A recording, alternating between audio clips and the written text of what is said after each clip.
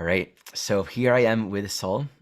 Sol is an old friend of mine, colleague, and it's been several years since we've come together. I've been drawn to delve into Ceres right now because Ceres is incredibly active in the current transits, and we're going to get to that. Ceres is in Capricorn, squaring the nodes for much of this year, going retrograde, starting with a square, retrograding back to the square. It's going to be during this eclipse very active. It's going to be very active during the eclipse later on in this year as well. So Mm. it drew me to reconnect with Sol because Sol has done a lot of deep research and inner tuning when it comes to Ceres. So I invited Sol to join me to chat about this. So thank you for coming and having this chat with me, Sol. So talk to us. What does Ceres correspond to?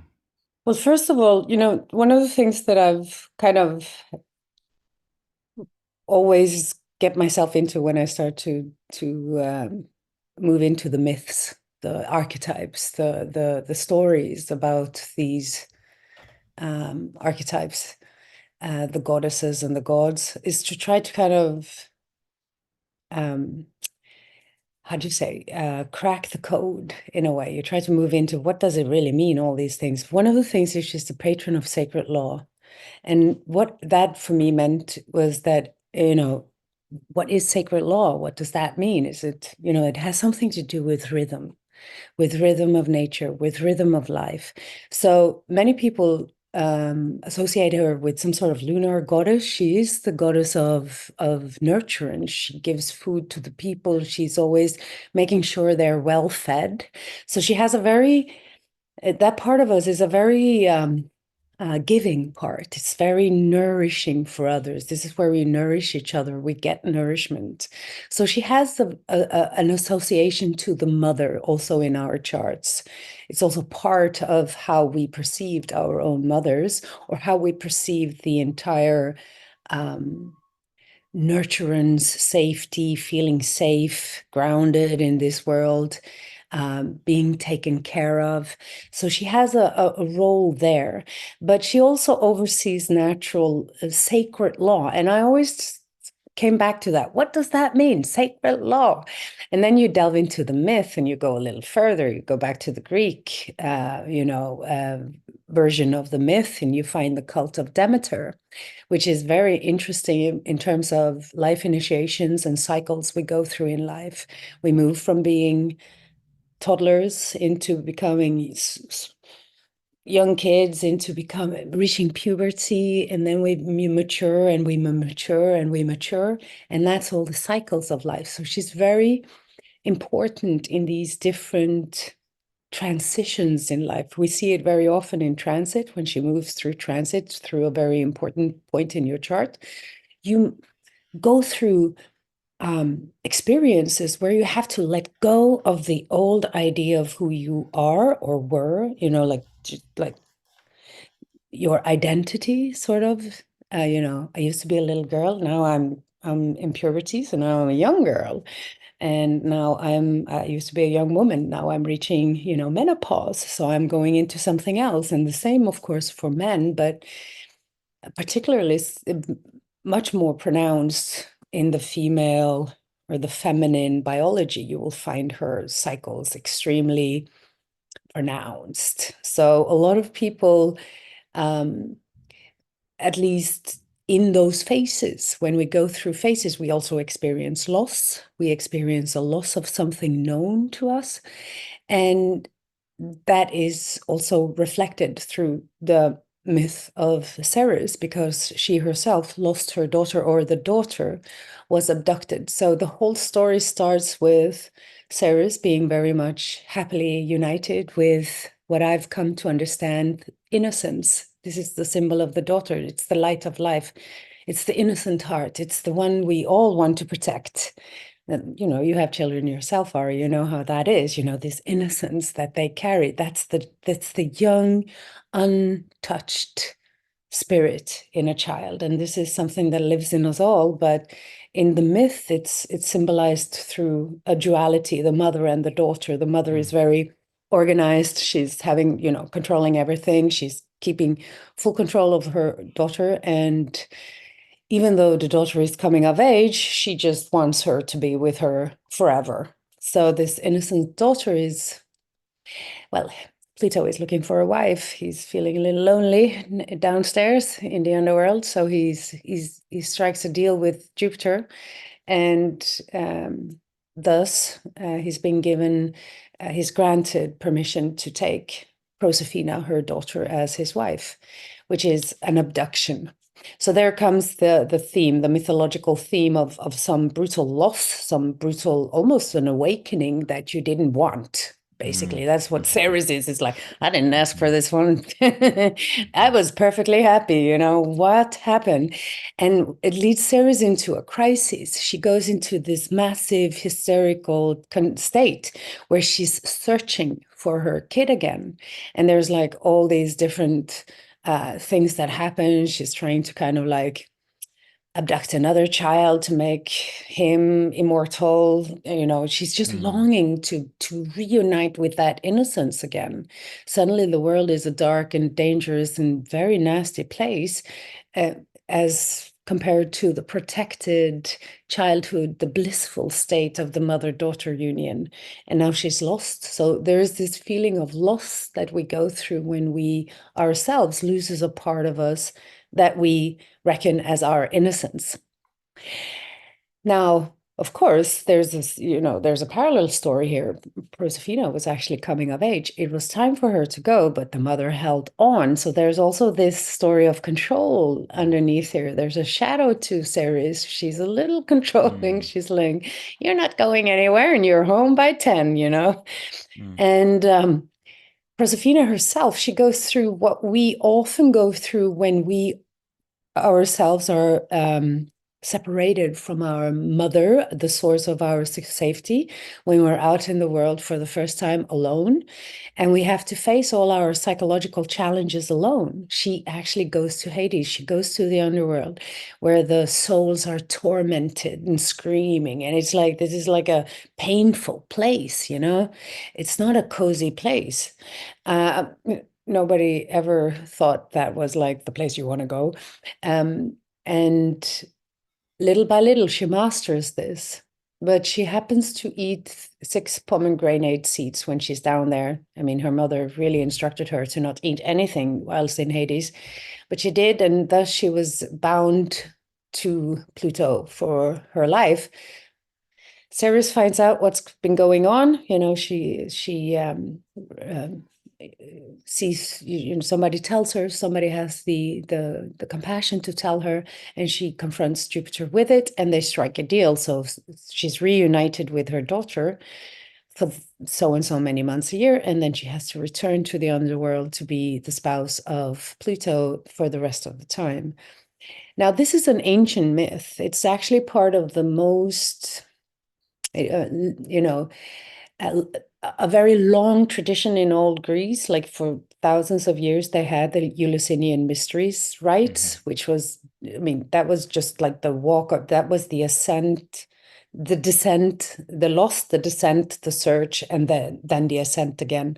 So that was like the initiate. They went this path to get to the inner sanctum of the temple so that they could be initiated into the mystery of life and death. They don't know what happened there. It was kept a secret. If you told anyone, you would be killed. But it's been widely studied. So a lot of people think that they ingested kykeon, psychoactive substance, when they first arrived in the temple, and they had a mystery experience that pierced the illusion of our physical nature and pierced the illusion of death, that there is no such thing as death. So like in an attempt of spiritual enlightenment or to reach spiritual liberation, that portal of life and death had to be confronted, which we all have to kind of face sooner or later. It will come to us all, which is one thing that is certain with this life. And we have these little portals of death all the time in our lives as well, when we move from one age to another, from one role to another, when we lose something and we have to redefine ourselves and figure out who are we now. For instance, there was this very, very strong story that I read that sort of pinpoint that emphasizes exactly how it feels to be attached to one's identity. And it was a mother of, she had one child, and this child died. And she said, from one day to another, I ceased to be a mother. I was no Mm, longer a mother. I mean, and even though it was like, yeah, I just never had thought of it like that before. Like that, like that's the abduction, the abandonment, the loss that sometimes can come with extreme, intense experiences in this realm. But your whole identity is forced into change. You're forced into readjustment. And that's not exactly what Ceres wants. She wants status quo. So little wonder she's so connected to Pluto in the mythology, because Pluto is, by definition, the planet of transformation and evolution, whether we want it or not. So, and they're both categorized as dwarf planets. So I'm starting to see the triad between Pluto, Ceres, and her daughter being the innocent light, the one that mm, needs protection, as as part of our human psyche when we enter into the world, and um, we have to kind of win over the fright of death and loss and pain and suffering, overcome it and find some sort of um, release from addiction, to get it from something external. We have to mm, find it deeper inside of ourselves. Like she's a little bit addicted to her daughter. She's a very, like, we see that very often. I mean, I'm a mother myself, and they're soon moving out of my house, and I'm already grieving. And I'm like, oh, who am I now? Right? What? So that's part of, you're forced into some sort of change that you don't want. So basically, it shows up in your chart, of course, where you need to let go of a control, right? Where you need to kind of like release control. If you are very, control, being extremely controlling can be a trauma response, of course. Like so very often with really intense signatures with Ceres Pluto, Ceres Uranus in the mix, Ceres Neptune, even, all the outer mm, planets are renowned for creating chaos and kind of hijacking the personal willpower mm, and making everything a little bit overwhelming for us. So once we have these intense signatures happening throughout the chart, there is a very strong likelihood that these people, like this individual, has gone through something very traumatic, and then the response, if Ceres is very powerful, let's say Ceres on the South Node, can be to use control as a means of survival, right? Like just preventive control mechanisms. So we try to prevent the pain of all the unknown dangers we have out there. And it comes so strongly up with parenting, for instance, or having a dog, or just having responsibility for a large corporation, right? Or something like that. Ceres has a lot of roles. She's not just a mother. She's also very active in society. I mean, she goes out there and gives food to the people. So mm, she's having a very deep connection to how we run our societies, so you could find her a lot in event charts of um, of a certain magnitude. If something really intense happens that really strikes a deep fear in people, most likely she's very active. And I remember in particular, like um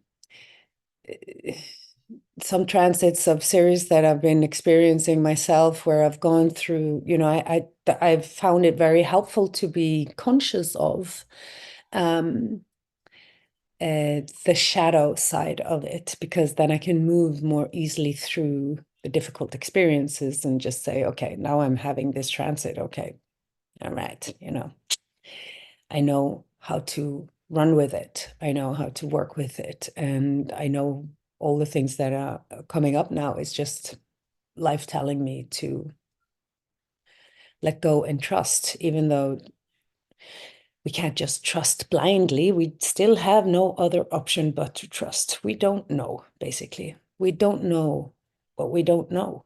So we don't know. It's terrible. I wish we knew. I wish we had everything. Like there was a guarantee. That would be awesome. But there's no guarantee. And this is what we emotionally have to accept in order to find true safety inside of ourselves. So I believe, you know, part of her shadows, for instance, could be greed because of fear of not having Right. enough. Right. So you also, there can also be like, I first got involved with studying Ceres because when I was younger, I had an eating disorder, and it led me to this goddess of nourishment, Mhm. nurturance, because like I was studying every aspect of my charts, and it was years after when that was over that I started studying it. So that was just part of my youth, my very young years. And then when I got into astrology, I picked it up and I started studying it. I'm like, gosh, like Ceres, you see, for instance, Karen Carpenter's chart. She's a Sun Ceres square. And it's written pretty strongly in most people with a severe eating disorder. And you can track it back to actually, well, I went a little, I went pretty far with that study. And that's when I also understood that, it's connected to some sort of control mechanism. We want to try to control our environment because it's so unpredictable. Right. And that's basically part of the psychology of eating disorder, is that at least I can control the food. This is my bubble. Inside this little bubble, I'm safe. So when we get all obsessed with material life like that, either out of fear of famine or fear of, like, you can also maybe speculate that a strong Ceres connection might have a real subconscious memory from a past life about famine, something like that. Like I used to be really hungry and cold and go Right. to bed hungry and cold, and I can't seem to get enough food into my body in this lifetime. And so that's like some of these symptoms of trauma response that you sometimes find with Ceres, this intense need to have some sort of predictability in a very unpredictable world where we have Pluto, hanging around, you know. So there's so much in this. There's so much richness. I wanna take a moment and summarize some of the core points that you're making, and then offer a couple thoughts and questions, and then continue with what you're sharing. Um, Something you actually said in one of the videos that I was listening to, I think you gave for Kepler College. Um, Eating disorders, etc., are often related to the inability to access our feelings. And so, thus, the individual might develop a sort of neurosis. And things like rape, abduction, divorce, loss, etc., it's a loss of security.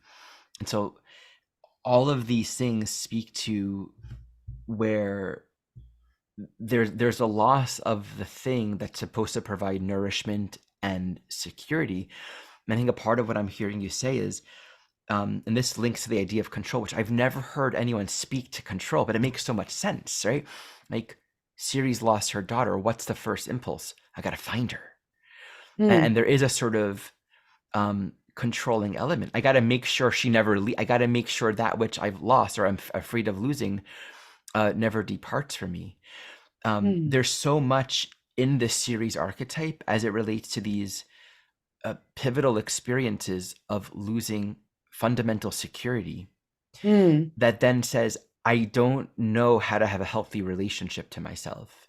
So mm, these forms of neurosis or eating disorders or forms of control all come from a basic loss of security. And what you're pointing out to is the archetype of Ceres has to do with sort of the way that we're learning to cope with and actually find nurturance and care with respect to the reality of Pluto. And this is the thing that I thought of while you're speaking. From an evolutionary astrology perspective, Pluto is evolutionary necessity, right? So mm, it's like yeah, a yeah, yeah, reframing yeah, of this mythology as, mm, not some guy, Hades in the underworld. mm, The reinterpretation is, you have to evolve. This has to happen.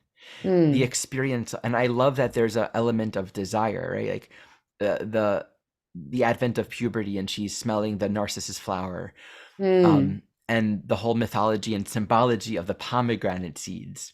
Right? And there's that mm, question whether she was forced or whether she chose it, but of course, pomegranate seeds have a sexual implication. Like there's something about the emergence of desire and how that is unavoidable. That mm, creates the field of experience, and we are departing from sort of this, like, you can think, if we're looking at Pluto, there's an implication to Neptune, like that innocence of everything's whole and serene and unadulterated. Being on this human journey, we're going to find ourselves confronting hard and difficult experiences that will push us right back to ourselves, mm, where we don't fundamentally feel secure at the core of our own being. And the thing that I'm getting from this, I don't have the exact quote, but I'll let you make a new one. Um, the importance of being able to care and nurture ourselves in the midst of deprivation, during times where there is a loss, where there's a mm, loss of security, where we are in some kind of state where something has been taken, or we've lost whatever has been the symbol of nourishment and providing and stability. The work with Ceres, it seems, is how do we continue to provide for ourselves during those winter times? How do we mm, continue to care for ourselves? Because the shadow is this desperate state of control, fear, neurosis, insecurity, which can express in all kinds of ways. And it's mm, like, I'm only going to feel better during the summertime when she's back with me, once my daughter is back with, mm, right? But mm, that's not evolution, right? That's not yeah, working and integrating the shadow of that loss brings up for us. So I just wanted to share those reflections. And I also heard you speak in that Kepler video that things like food aid services, like the Red Cross, and you gave a chart, for example, that had a mm, strong series implicated in it. And I think that's so brilliant. Like, what is that literally speaking to? The idea of the Red Cross going to places that are in some kind of lack or need mm, and providing. And that's why many yeah, of us have heard of Ceres as corresponding to the, surrogate mother. Just the idea of mm. this mothering, nurturing archetype that comes in the context of a situation where there's a lacking of that. So there's so much wisdom in this. So I just wanted to share Well, those reflections, and please continue. Yeah. yeah, you mentioned the lacking of the mother or like a surrogate mother archetype coming in. I've actually seen this Ceres prominent. I mean, like Sun Ceres conjunction, Sun and Ceres on the nodal axis, Ceres on the ascendant, for instance. Particularly Sun Ceres, you will find it with both with the doula, with the midwife, Mm. with people who are also I don't know if that's a word, but the death doula, the people who works in hospices, they help these transitions in one way or another. So just this death birth experience that they can aid with, like a grounded, secure, safe, motherly human that comes in a whole space for this experience to Mm. happen. So she has a very mystical undertone as well. You can find her in a mundane role where she gives food, in places like the Red Cross, for instance. And then you find Ceres in a chart where you have like this enormous spiritual capacity to actually heal people by being this guide, like this person that is like, well, like been through it, if you know what I mean. Like, I've been through this. You just let me hold your hand. We walk through this. Right. And yes, as a And there could be a really a warmth and a generosity and this availability to give and to care in that.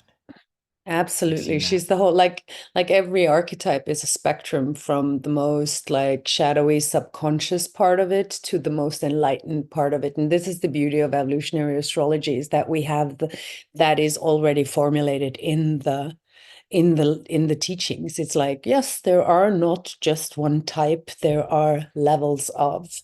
And of course, that's our job as astrologers, is to see the level of trauma or intensity or evolutionary pressure to a planet. We look at this where's the resistance to growth here? I mean, where does like the triggers come strongly?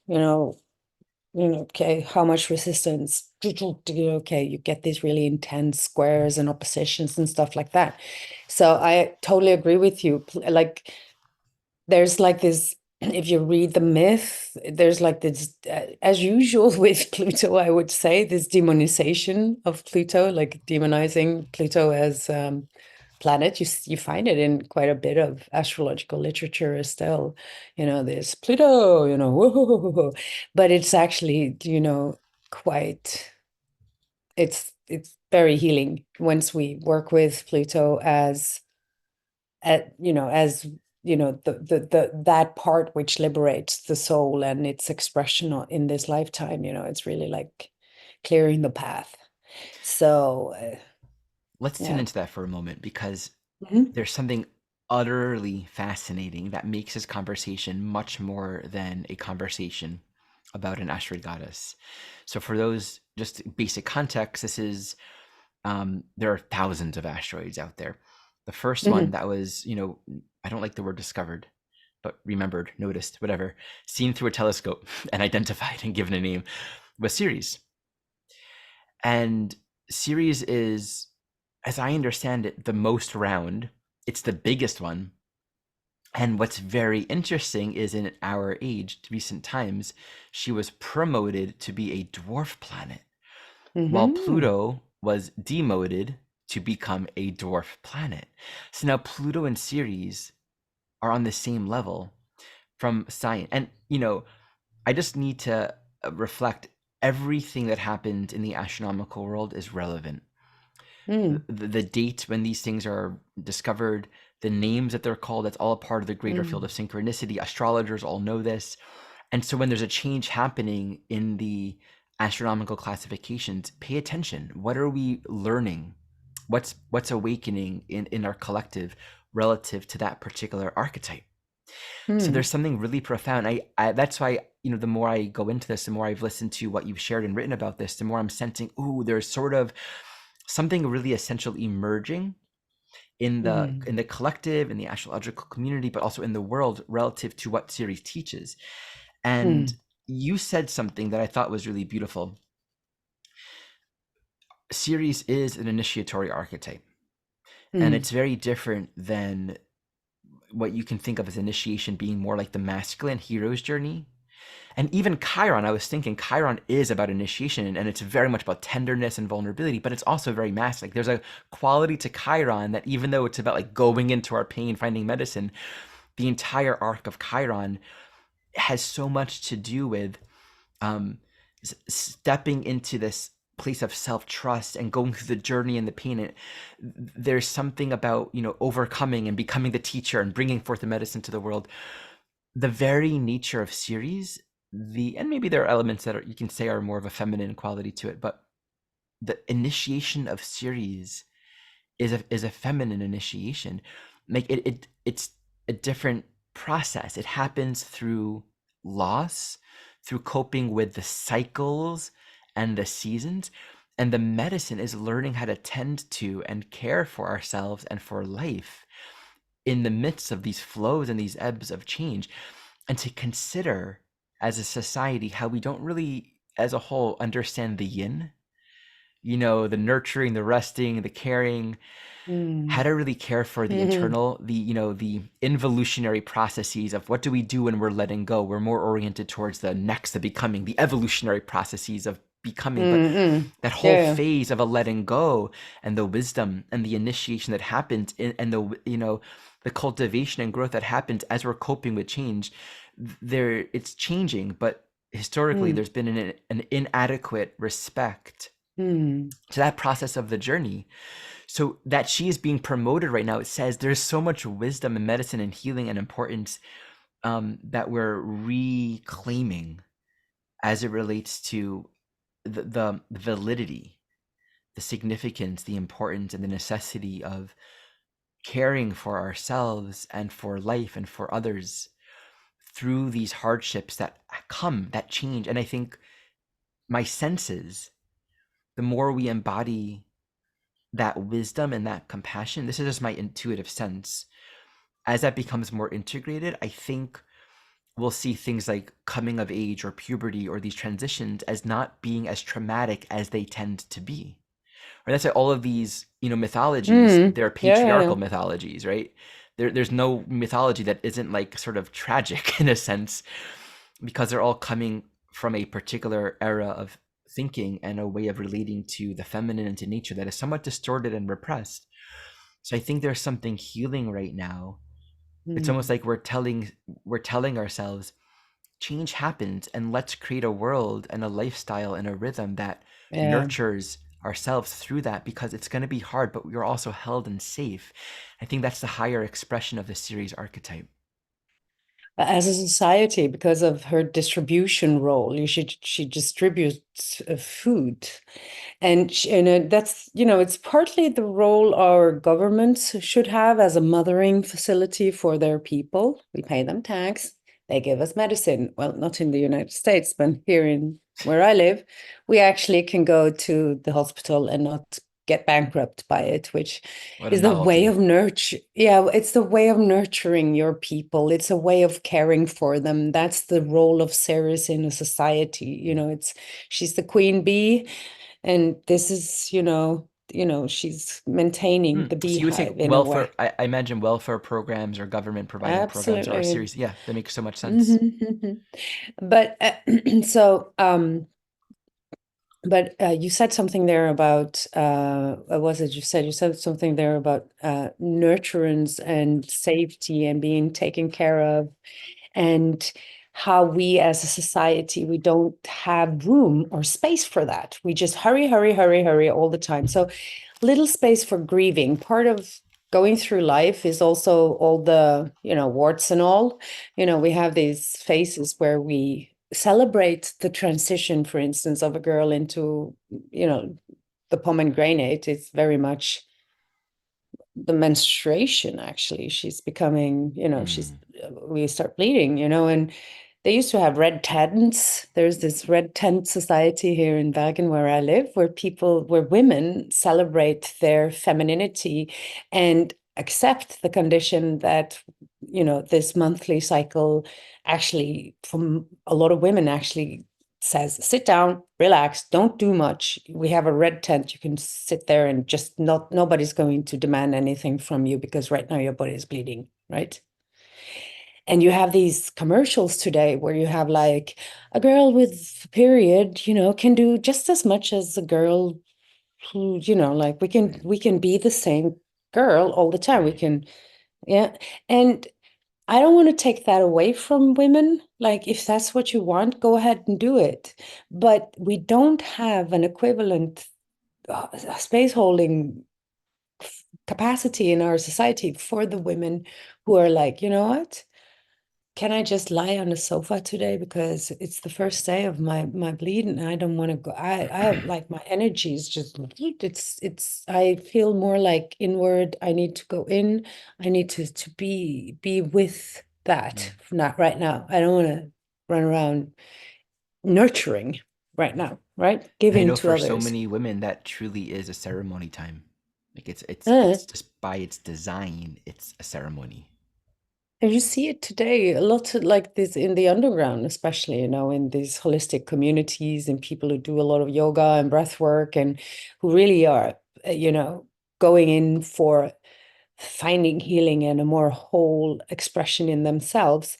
They discover this. They discover that their biology is something, it shouldn't run your life, but you should definitely pay attention to it in order to maintain health and harmony inside of yourself. And that it's the yin quality of resting so that you can find harmony, and in harmony you will find abundance.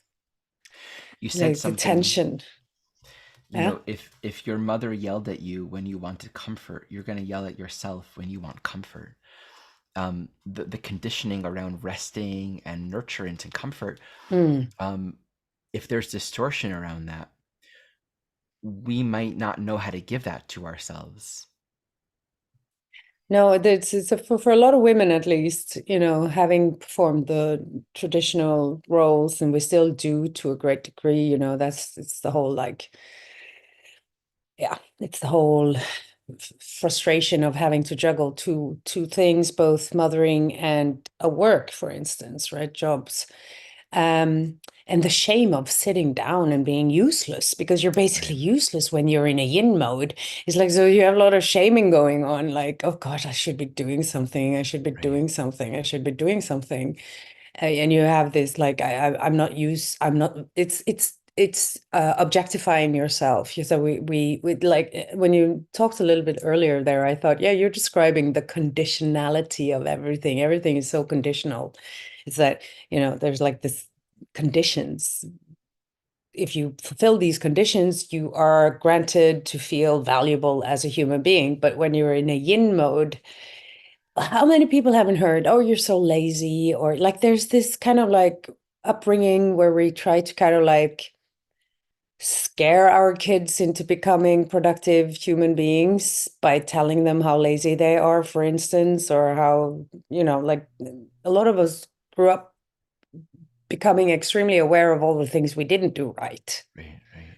You're like, you never do that, you never do that. Like, and so I think yin for us, it's with goals and heroes' journeys and everything. Now, the hero's journey is also something that a lot of women, and rightfully so, should be able to experience, Right. So Well, it's that's just, archetypal. All of these are yeah, embedded in yeah. people's souls. You know, but a lot of what you're saying really also resonates just with the judgment, the patriarchal suppressions, judgment, conditions, and roles that we put on each other, Ceres and Capricorn.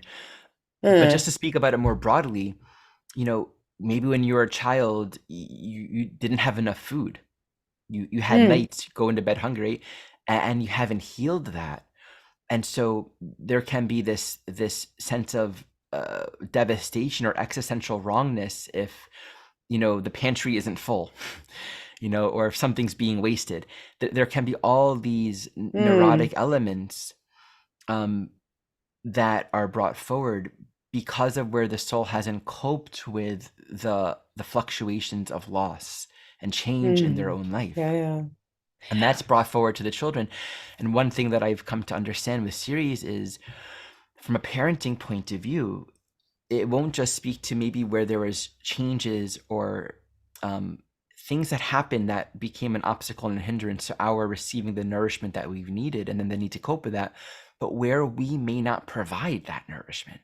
Mm, There might be something within us that's keeping us from truly providing. And then we'll have to mm, face that. We have to really work that out and unravel what's going on for us. mm. Absolutely. It's totally embodiment. When it's feminine, it's like a yin quality. It's into your body again experience. And being capable of delivering something to yourself, becoming like more independent in it all, like without becoming overly attached to having it provided from an outside source. Now, of Mm, course, food is, we all need a little bit of food. I mean, that's something that we cannot think into manifestation. We have to actually go and get it.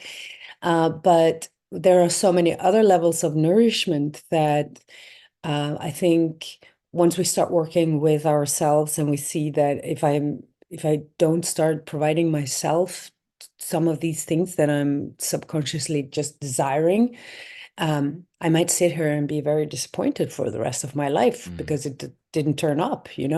So I think it's kind of like the more you nourish and nurture yourself in a healthy way, the better, your communication and your capacity to receive and give, it naturally kind of balances out. Um, there is this kind of fear, like this, I would say, greed almost that comes with Ceres that we all have to kind of overcome in a way. Is there enough? And I think the many famines Earth have gone through, and the whole food system and how things are organized today, and the pricing of food, and how bad food is cheap food, and how good food? Is it very expensive food? It's like, of course, this is food is connected to money.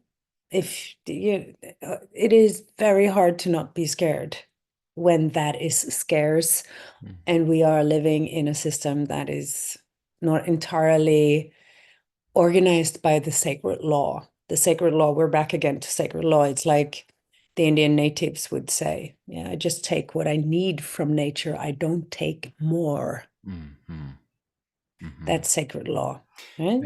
We would take more when there's some sort of fear or loss or Yeah, yeah. yeah, the greed that comes from I'm not gonna have enough, and that's kind of running the show. Yeah, yeah, yeah. Yeah. 13 fridges and still not enough, right? Mm, mm, So there's what is Gandhi said, there's enough for everyone's need, but not for everyone's greed. mhm, Right. So I'm like, and today we have this 1% economy, like you have these incredibly rich people, and then you have like a very it's becoming like a bigger gap now than before, at least between rich and poor.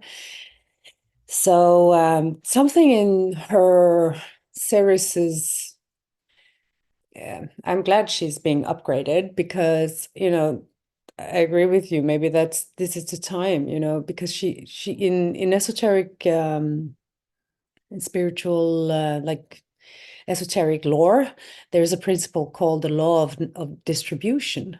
Things have to be distributed in order for the whole to work.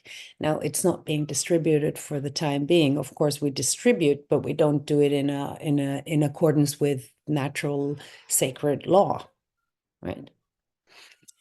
So, of course, that's one of the big troubles we see on Earth today.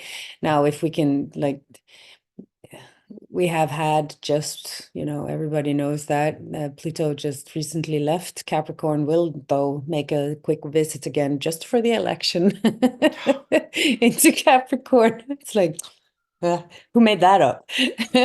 So, but um, Ceres is now spending a lot of time in Capricorn, and this is exactly it. The mm. system, the structures of our society, how things work. That's more on a collective level, at least. And you see um, uh, how these injustices are just, yeah, it's creating something in us that we can't we can't necessarily we can't just transcend that fear. It's not easy. It's the fear of death itself. Mm.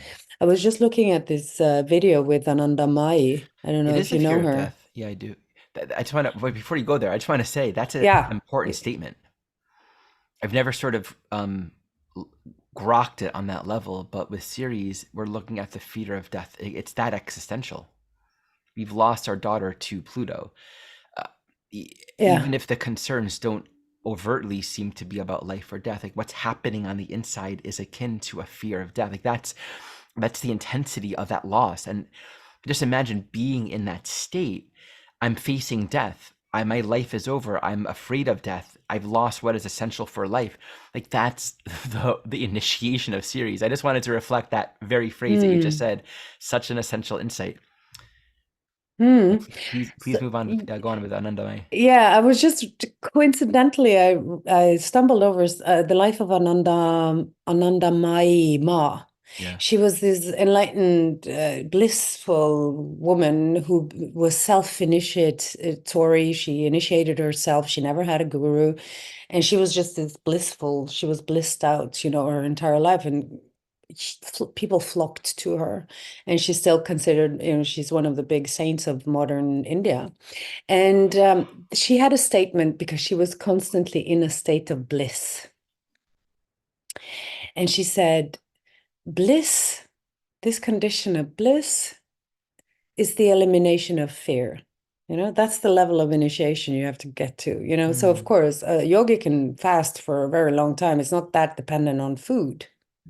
And it's like that's where I got interested with Ceres when I started researching her in relation to eating disorder. Is that there was this? I'm like, Gosh, I really got curious about these Puritan nuns of, the Middle Ages. And there was this very strong, like I would consider them the first anorectics because Mm, there was this woman who starved herself to death somewhere in Italy in the Middle Ages, and she was considered a saint. So, but she didn't eat because in that way she could sounds achieve right for the Middle Ages. connection. Yeah, Sounds it's very Middle very Age Christian. yeah, but she did it to achieve a state of bliss, a Yeah, union with God. But of course, I mean, it wasn't really moderation is everything, I guess, and balance, of course. But our attachment even to food is not always, I mean, we eat more than we need, most of right, us, right. for instance. So yeah, you And take and I what you shouldn't need. judge that person 'cause I don't know her soul context, but what you're speaking to is so important because um we know that our relationship with food is so symbolic of how we feel about ourselves, Yeah, right? yeah, yeah. Like we Yeah. move towards the food or the sugar or the indulgence. And if we're Mm, struggling with the loss that we haven't been able to emotionally integrate, it might be hard to sustain or nurture or really provide for our own self. It's like a way of almost, I can't say yes to life, so I can't truly nourish myself. Like all kinds of neuroses around food. I really understand how intimately woven this is with Ceres because food is at the core about, from a Taurian point of view, and this is why a lot of people have a strong association between Ceres and Taurus, but from a Taurian point of view, it's the physical sustenance of this human life, so we can do this evolutionary work. It's interesting because Taurus, Scorpio are polarities, so you need to survive and exist in order to die, in order to mm, do this deeper evolutionary work. But if we're so stuck in the evolutionary content and we haven't been able to integrate it, it's hard to say yes to life. But I can really appreciate how there might be a very unique curriculum because there's no one right way to eat food. It's not about a healthy, balanced no, series. no, Is like no. you eat 2 meals a day or 3 meals, or you fast once a week, or you never fast. Like you might find yourself not eating tea. Like the way in which we're gonna kind of learn these things is actually gonna be very intimate and very personal to our own soul Mm, journey. I think that's really important because absolutely. there's both been a lot of sort of normalized ideas around food and like what you're supposed to eat, what nourishment means, what it looks like, where it comes from, what it's supposed Mm, to be, like what kinds of food and how often to eat it, and even like the context of where are you eating it, how do you eat it, who are you eating it with. Like there are so many conditioning factors that are mm, also subconsciously associated with the imprinting of nourishment and nurturance that we're familiar with, and it's not one way. And I think there's a lot to unpack and discover and really respect when it comes to the series learning of nurturing ourselves within change and how mm. we're learning to be in right relationship to food. Right relationship to food. It's about sacred law. Each body has their own sacred law. It changes as we change, you know. I noticed today, I was actually thinking about it. I'm like, golly, I haven't eaten much today. Well, I did actually enjoy quite a feasty meal on, Easter Sunday. So I guess, like I filled up, a little bit. So, Mm. like, okay, so that's sacred law. It's just my body naturally adjusting to you know, now I need this, now I need that, now I need to rest, now I'm having my period, so I should sit down. Now I need sleep. Now I need to wake up and shake it up a little bit. I'm too, heavy. Now I need lots of food, or I need meat, or I need, just some whatever. It's sacred law. You take from nature whatever, just what you need, and you give to the body what it needs. One thing I discovered when I had my eating disorders was that food is also extremely social. It's such an important glue in our society to share Mm. a meal with someone, and it's part of a bhakti yoga, almost like a Right, love right. yoga, because Yeah. it's like good food and good nourishing, making food with somebody, all these things. There are joys to that is also very nourishing. It has a social connection. So today we eat in front of our screens and we eat alone, or we don't have anyone to share the meal with. And of course, that's not fun to eat then. It's supposed to be delicious. It's not like this old Puritan renunciation thing that happened in the Middle Ages, where we're like, no, I'm going to starve myself to God, that's because then I'll get bliss. No, we have to find the middle path, and to find the middle path between Scorpio and Taurus, for instance, where we kind of indulge a little bit occasionally, and then, other times we say no. I mean, that's just such an important organic cycle inside of ourselves that we need to honor and listen to. Right. So if we don't listen to it, we eat more than we need and we roll off the table, or we eat too little because our like we're somewhere else, or like then it's more like we are not in connection Right. with that which we're eating. I think a lot of eating disorder could be helped greatly or alleviated quite a bit through sensual therapy, like sense therapy, Mm, learning how to touch and just touch mm, your body again, taste, touch. There's so much focus on diet and what you should and mm, shouldn't eat, and it's so clinical. There is a sensual aspect missing. mm, And if we can get that sensuality back in our therapy rooms and body therapies and everything that, is very body awakening, very embodying, the embodiment. Ceres is, well, she's back again. She's mm. not lost anymore. She's back again in her embodiment. And there seems to be something about also creating a space for grief. As I Mm, learned, one of the things she did once Proserpina was lost was she set up a temple. And it was there that it seems a turning point where Jupiter, I think, granted permission for Mercury to go out there and talk to, Pluto. But like the initiation of the temple seems to have a lot of symbology. Like, I'm here, I'm in this loss. I'm not going to go wandering around aimlessly.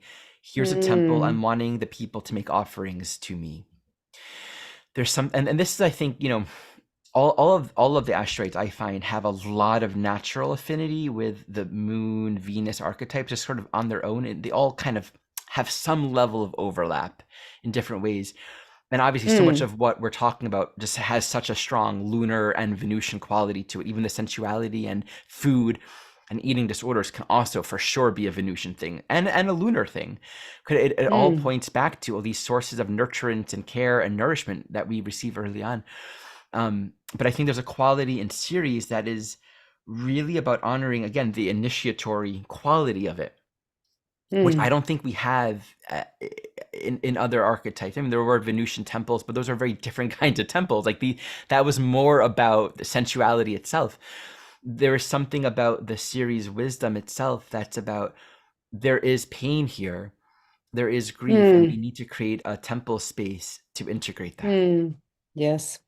So that's exactly it. I remember when I first discovered that, why aren't we talking about this? Because I remember when my daughter entered puberty, I was shocked over my own emotional reaction.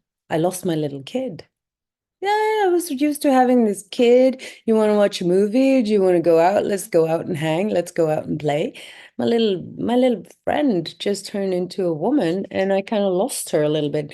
And Yeah. I thought, I've never heard anyone talk about that actually. Oh, it's There's so so many real. things. Yeah, yeah, it's like, oh my So goodness. real. So I started talking to it with friends and people that I met, and they're like, yes, I've been like, it's terrible. And I'm Yeah. like, why aren't we honoring that? Like this grieving, this like grief is a natural part of life. We cannot go through life and loving without grieving. Then we won't love, and then we don't grieve, of course, if that's the nihilistic answer to feeling anything at all. This preventive, stop being so preventive towards pain and instead embracing it and holding space. She is a mother archetype. The mother holds space. It's okay. She doesn't demand. A mother doesn't demand. It's like I'm just here for you now. Right? It's that very, very holding space archetype full of like, there's time, there's no hurry, no rush. You can't digest this Mm, if you hurry up. You go to the right. toilet when you go to the toilet, not when you want to go to the toilet. You cry Right. when you need to cry, not when you want to cry. It is what it is. So we don't have room for this in our societies today. And I think a lot of people feel a little fragmented because of that. And then they don't feel their body. The body won't be the temple. and they don't listen to what the body actually needs. For me, the healing process was just about letting go of all the rules when it came to food. I just had to completely let go and follow my heart.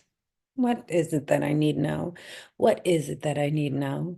What is it that I need now? What do I want? Also, what do I want? What do I desire? Right? What is my desire?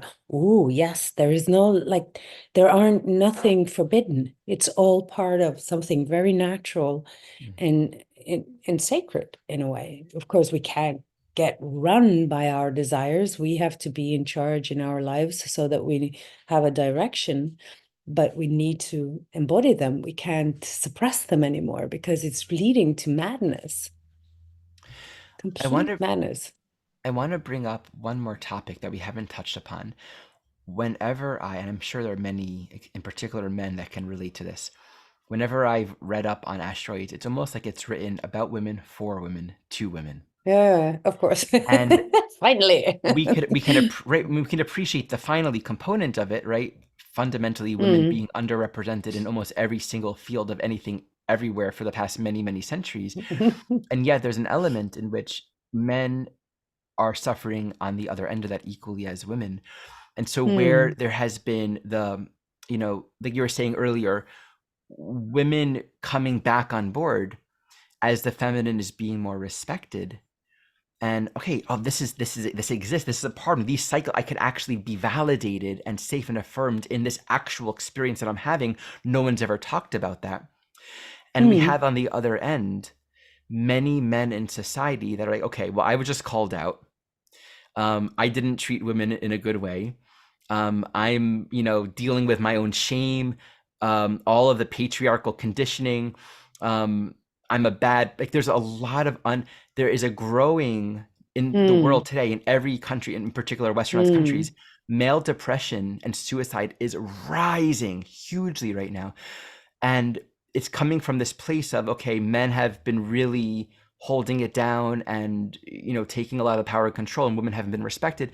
But on the other end of that, men haven't been in touch with the inner feminine reality, and they don't know what to do with themselves, with their feelings, with their loneliness, right? Mm. With how do I cope with cycles of change and loss?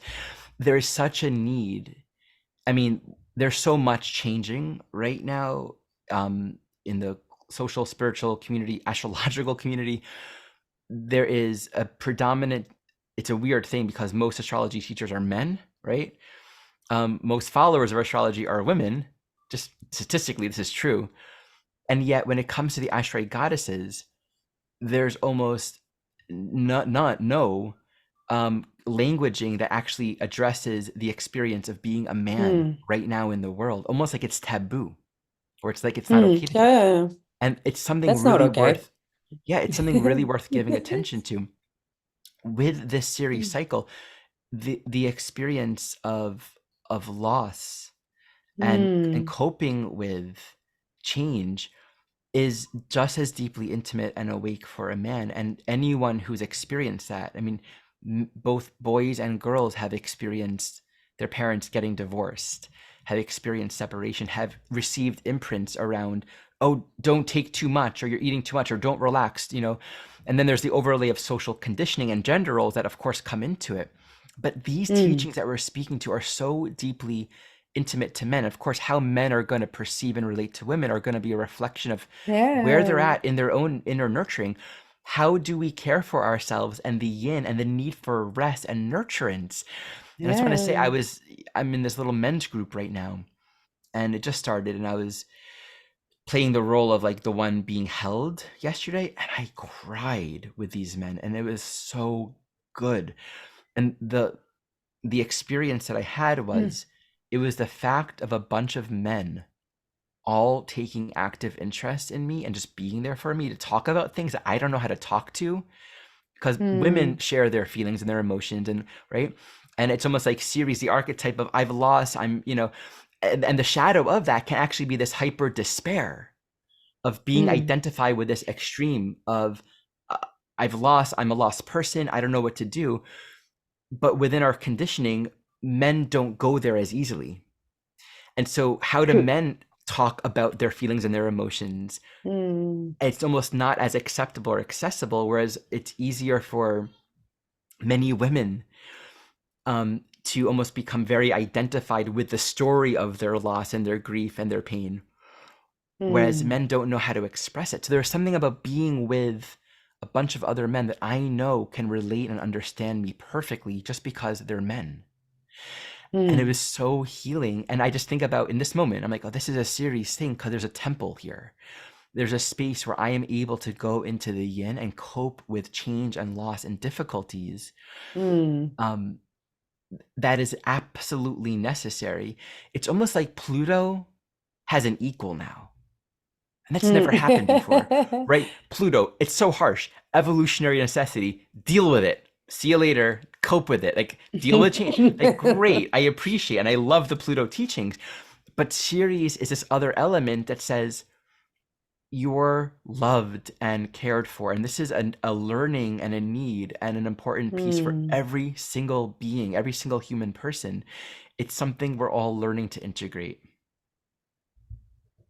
Absolutely, and I couldn't agree more. There's something with, men are also have a Ceres placement, or like in a heterosexual man, for Right. instance. If we just like And I of course, almost I I'm should qualify. yeah, Obviously, I'm speaking in a very broad sense to yeah, heterosexual yeah, male we're dynamics for generalizing. sure. Yeah, today we have to, like hold space for this variety of expressions that we have within the spectrum of yin and yang, like the Yep. masculine and the feminine. So we have people who are very much, like David Dida has this theory, he's into Tantra, that, like whether you are biological man or woman, you have a certain amount of masculine or feminine energy within you. So it's a more androgynous point of view, in terms of like we have a little bit of both in us.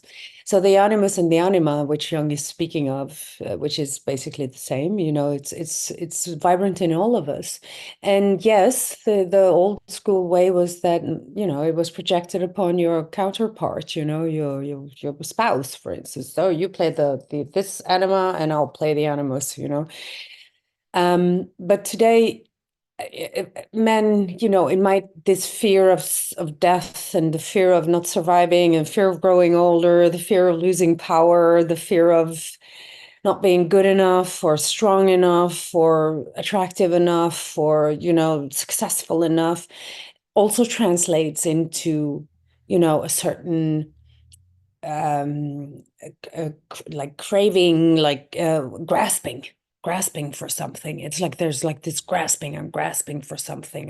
You can have manipulations happening with Ceres, for instance, because of the Mm. control and the grasping, the grasping, the grasping, the grasping. So what Ceres energy needs to learn is detachment a little bit, detach a little bit. Okay, you don't let go completely and neglect. You have to maintain a certain control.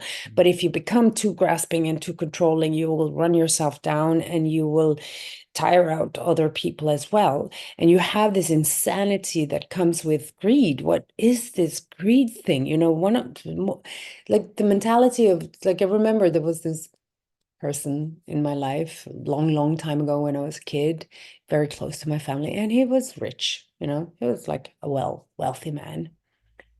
But he was like the poorest man I've ever met. He was so Hmm. poor inside of his head, So I'm like, I'm not like he was cheap, you know? He wasn't generous. He was scared, constantly worried that somebody might take his stuff, or like be with him for the wrong reasons and stuff, like very protective, very skeptical. Now, that too might be connected to Ceres as a part of survival, fear of death and elimination, fear of loss, like fear of losing power. I have all these things now. I have all this, and then you have this famous cliche about a man also going through what we call the menopause. Instead of the menopause, you have the menopause, when men also go through hormonal cycles. They also go through grieving cycles with these. They also nourish and nurture their children, and play the Ceres part for their children. Maybe different, maybe not. They can be just as controlling as the mother, but not necessarily so. But like the archetypal mother. I'm not saying all mothers are like that, because that's not true. But like the mother we've now painted out as being like the shadow side of Ceres. So it really relates to men as well. You also have a relationship to your bodily cycles, to your, to your diets, your food nourishments, to eat healthy, to take care of the body. This is actually a good thing for a lot of men to become more conscious of these things and actually take more responsibility for their own diets as well, because yeah, it's a lot of pre-made pizzas and stuff like that that go. So it's part of our society as at large. And I think today, as we are evolving into more advanced beings, and we have a little bit of both, like a little bit of masculine and a little bit of feminine energy in us, and we have these beautiful spaces like your man group where you can go and actually have a safe space where you can let it all go, and as for women as well, traditionally we were organized more in a more separate groups, women here, men out there. So we used to have more like that kind of organization in smaller societies, older societies, not this mix so much between men and women. And maybe that, yeah, but the different expressions, yes, but I understand we have the unexpressed. There's like a tradition. I see it with the young boys, my son, for instance. They keep roasting each other and shaming each other for feelings. So it's also a job for men to to clean up that uh, bad tradition. Right. It's like you don't have to be so tough all Well, the I think time. what I really want to emphasize, and I care so much about this, is we do have in the you know general sense in terms of heterosexual sexual roles and gender identities, you know, there are sort of archetypal themes of healing that exist for women and for men, but for everyone, no matter where you're at in that, like literally Hmm. every single human being, the series archetype exists within you. And let's just Yeah. think about it, like, someone who doesn't identify with the typical gender binary, we can look at series and really tune into how is that process of nurturing. There are so many people that feel I was rejected because Hmm. I was told I have to be this way, but Hmm. I actually feel this way about myself. From a series point of view, there's coming to terms with a lot of loss and change in that.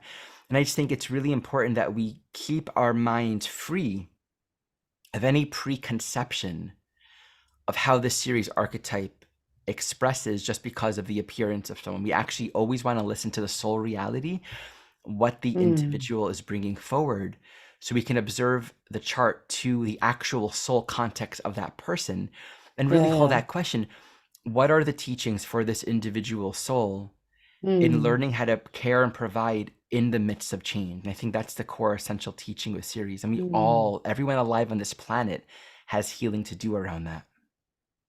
Yeah, and the beauty of that, I just want to mention the transits of the coming time, just Well, before briefly. we do, because I actually need to get ready to I know. transition to the next thing, and I'm Yes. thinking it might be really fun to meet up again with you. Maybe we Ah, can you make want to do this that? video our spirited conversation on series, introducing series and what it's all about.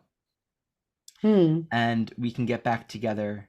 Well, actually, my client wrote back saying 3:30 works. Nevertheless, what do you Yeah. think? It's been a good however long it's been. This would It's be an been excellent part beautiful, one. Ari. Yeah, Absolutely, absolutely.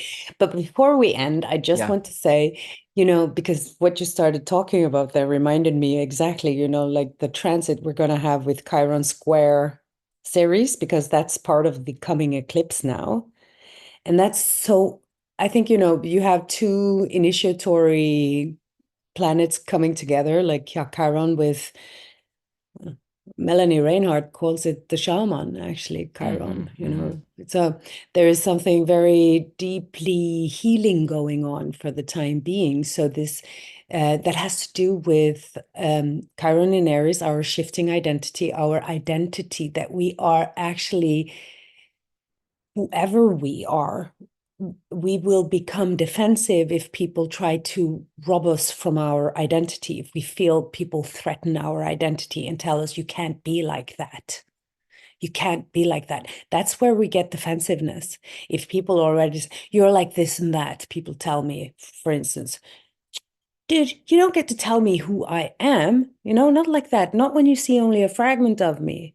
When you get to know me, yeah, maybe then you can come with some sort of feedback. But if you want to identify me or like, oof, of course, this inner self-identifying defense mechanism pops in and goes like, I don't think so. I will be the one who, decides for me what's right for me right now. And I'm the only one who can know that. And I think that's healing, that's underlying healing theme for this eclipse, because Ceres squares Chiron. Let's meet this week so we can go into it and we can share Yeah. this Okay, before the cool. eclipse happens. Yeah. But since you mentioned it, just to encourage the transition into the next video, this series is squaring the nodes for the majority of this year and is very active in this eclipse. It's very active in the eclipse that will be happening in September, October of next year, and it's squaring Chiron during this time. So there's a lot of medicine and teachings and relevancy in the collective in our Mm. personal lives, and really understanding Ceres, understanding what it means in Capricorn, where that is in our chart, how it's interacting with the cycles right now. So I look very forward to delving into that with you. It feels like there's a Yeah, lot of let's essential unpack that one. richness, not just because Ceres is like obviously super active. It's like one of the leaders of the transits right now, in my view, but because of what I'm realizing and chatting with you, how important the emergence of this Ceres Mm. archetype is It's, at this day please. and I mean, age. There's I've been like, thinking so I'm much gonna about that. predict, or not predict, but there's something changing as we integrate this function more, that's going to continue to reveal itself. Where I think more and more we're going to start. It's amazing. It's size doesn't matter. Something Moses Sirigar said. Size Mm. isn't important because everyone charts. Chiron is so small, right? But Just Chiron is like, so important right now because of what it symbolizes and that the awakening of that function in our consciousness. Ceres is mm. bigger than Pluto, I think, right? I think so. Around We're the same close, size, right? I think. Yeah. you know so there's something to what's emerging right now, and I'm very grateful to Mm. get to have this conversation and share it. So everyone who's watching, please share your comments in below, share what this elicits for you, what you're learning from it, what your reflections are on this archetype.